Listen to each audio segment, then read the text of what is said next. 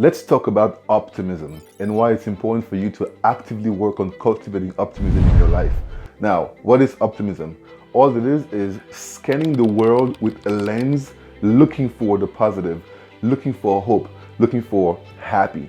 And the first reason why you want to do that intentionally is that your brain actually has a negativity bias. That means that if you don't try at all, you focus on the negative. And that was important for our ancestors if you think about evolution. So if a warrior a long time ago walked into a room somewhere and they were friends, but then one tiger somewhere, the warrior wants to see the tiger first so he can fight it or run away from it. Although the world has changed and there's no tigers around right now, our brains haven't changed. So that's why, for example, you may have a friend or a spouse or a cousin who has done amazing things for you, has been loyal for 15 years, and yet because this year they forgot your birthday, this year they forgot to make plans for dinner, your brain focuses on that negative thing. So you need to intentionally work on finding the positive, because if not, the default setting is negative.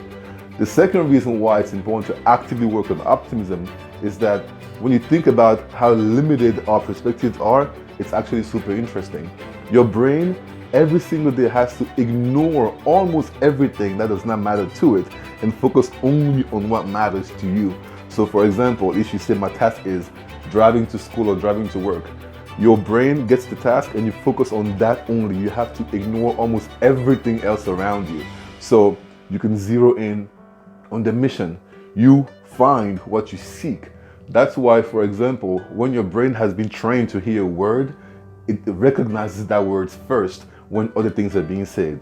Let's say you go to a party and people are talking, there's white noise, you don't really understand what they're saying, but then you hear your name and you recognize your name right away.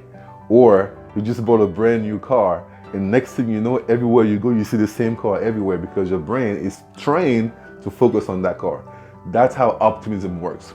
You need to teach your brain to focus on the things that are positive, the things that make you happy, the things that are hopeful, and then you will start seeing it automatically when your brain has changed. The saying that goes with it is the following: you view the world not as it is, but as you are. So if you change the way you are, then you can change your perception of the world for the positive. And that's why optimism is important.